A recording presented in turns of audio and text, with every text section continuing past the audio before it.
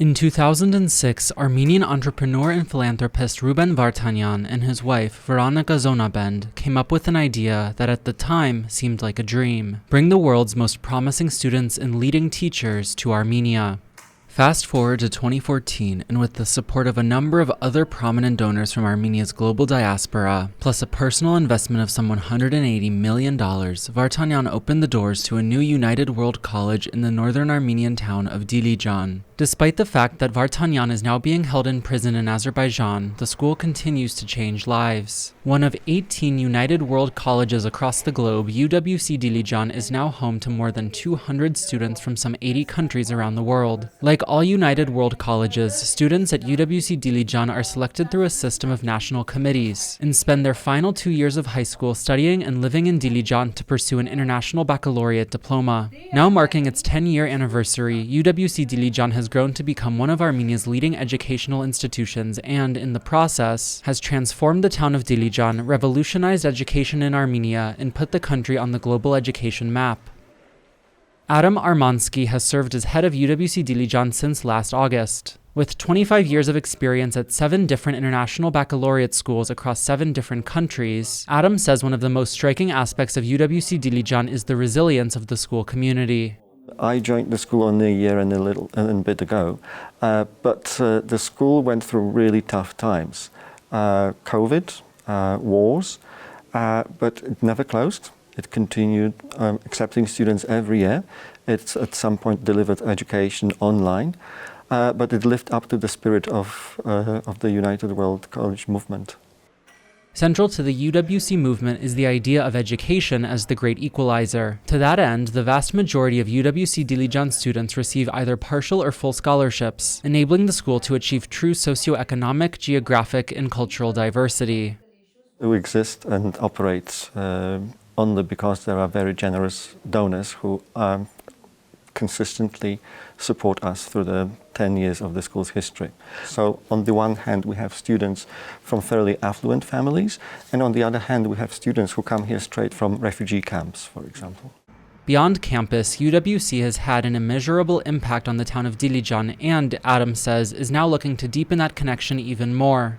So one of our goals now is to strengthen them and have even closer and stronger bonds with the community, including, for example, the Dilijan Community Center. We've already cooperated and collaborated with them for a long time, but we'd like to make this bond even stronger.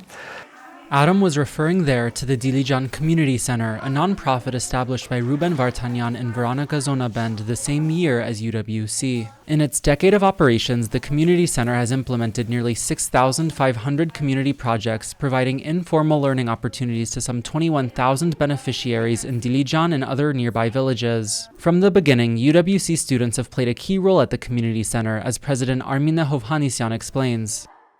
Through informal learning opportunities, the students from UWC and local students exchange skills and knowledge, build lifelong friendships, and create meaningful connections. UWC students regularly design and facilitate different projects, including foreign language courses, art and creativity sessions, environmental awareness workshops, and a lot more.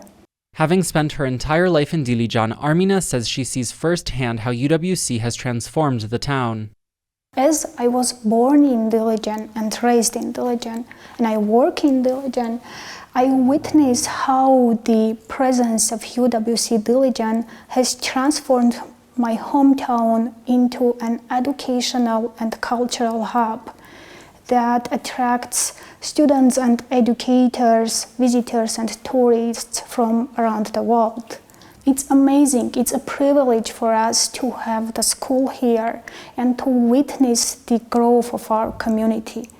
And we are really grateful to the founders of the school for choosing Dilijan as home for this remarkable institution. Down the road from the Dilijan Community Center, entrepreneur and restaurateur Varta Avetisyan is enjoying the view at Tava, one of a number of restaurants she owns and runs across Dilijan. Varta credits UWC with her decision to move back to Armenia from the United States, where she went to university.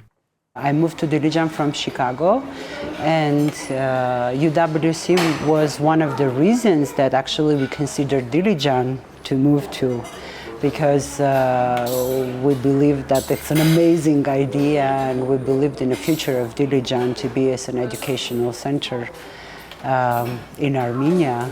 Since opening her first restaurant in Dilijan in 2013, UWC students and teachers have become some of Varta's favorite regular customers. A pioneering Armenian chef who has gained international recognition for her work, Varta even created one restaurant called Losh specifically to cater to UWC students and their tastes.